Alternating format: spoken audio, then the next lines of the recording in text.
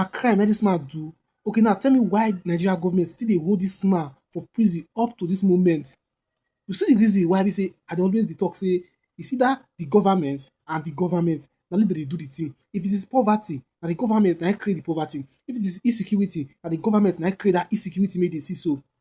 You fit wake up tomorrow now, you go see say fight don burst from east. Dem go say some kind group dey fight say make dem release Nnamdi Kanu. Insecurity don increase for that region. So everybody focus now go come dey say fight happen because of Nnamdi Kanu, but dem go forget wetin start that fight. And I believe say na this kind same thing like this so na why you see say the former Biafra war may first happen. Na why e happen. Because me I no just know the reason why be say Nigeria own dey always dey different.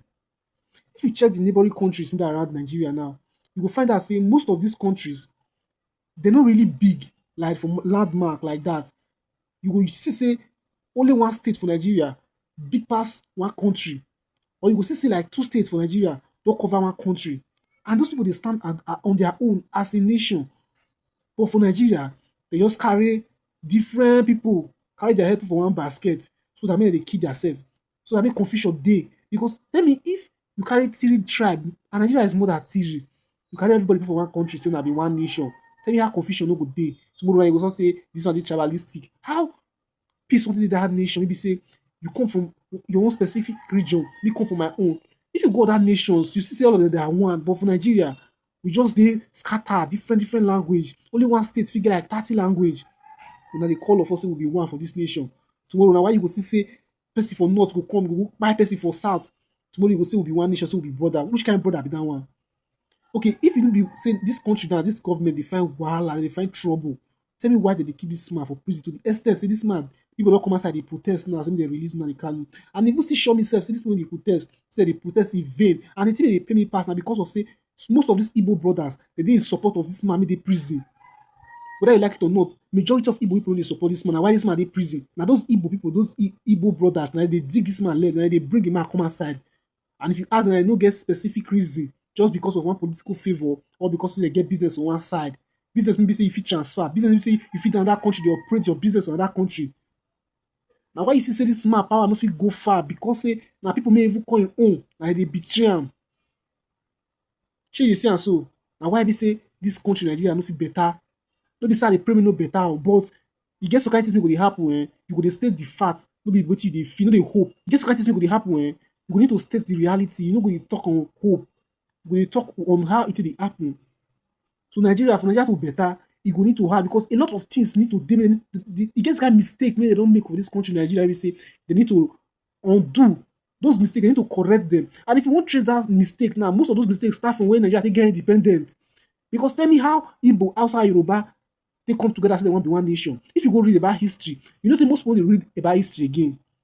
Me now from Edo State, I know my history. I know how Edo State dey come about. But most people dey like to dey read about history. Go read your history. Go check how una take dey live before, how your ancestors, how they take dey rule themselves before.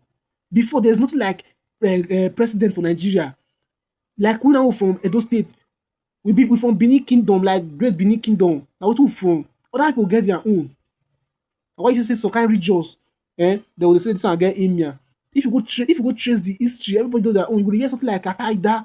People get their own. Kogi State get their own. Other people get their own. So now since they give Nigeria independent, now there this wahala take start. When they take join everybody here together, cut us to be one Nigeria, come give them one flag. And why you see confusion full everywhere? Okay, nah. This is not be new thing. People they do it for that country. After some time, they'll say, okay, we don't want Diamond Guna again. We won't go and give us independent. They'll give them independent. Which Nigeria said, don't be independent. They give Nigeria before Nigeria start this. Nigeria me they do.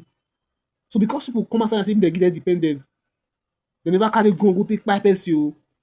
Nah, lock her for prison. But people maybe from north maybe say they sponsor terrorists. People maybe say from north maybe say they want to try to take over this country through banditry. And I will call them say come. Now go to give them peace deal. They carry billions. They sell our oil. They carry billions. They settle bandits. You see bandits now go collect money from victim. You go post that for TikTok. You do video. Government of it track them. May they catch the bandits. But you may not be Muslim person. May you try and if you don't go see yourself for prison tomorrow. Now why you see those Fulani people they get mouth to talk say that they get this country Nigeria. Now because of the power me government don't give them. You get many things maybe say I'm supposed to talk but I don't fit talk all those kind of things so yeah, because if I see talk and they fit still come for me. because those politicians they know if you know the truth, they will find you.